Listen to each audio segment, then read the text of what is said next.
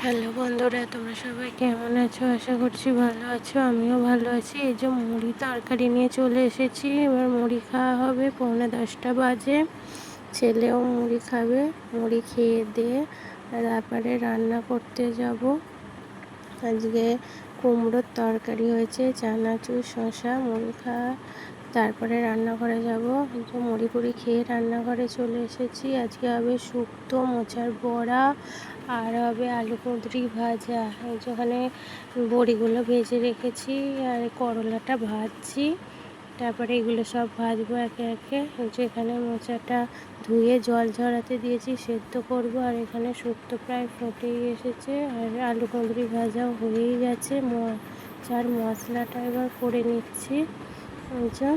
মোচাটা তারপরে একটু বেসন দিয়েছি। মোচার মশলাটা করে এবার মাখবো, তারপরে ভাজবো। আসলে এই কড়া থেকে নামিয়েছি, গরম, ওই জন্য হাতে গরম গরম লাগছে বলে হাতটা সরিয়ে নিচ্ছি। এবার ঠান্ডা হয়ে গেছে, আমি ভালোভাবে মেখে নিচ্ছি। অল্প একটু বেসন দিয়েছি। মোচার বড়াটা এই যে কড়াতে দিয়ে দিয়েছি। আর আজকে রোদও উঠেছিল প্রচণ্ড, ওই জন্য এগুলো সব রোদে দিয়েছিলাম। গোটা বিছানায় ছড়ানো আছে। এবার ভাবছি কখন গুছোবো, কী করে গুছোবো।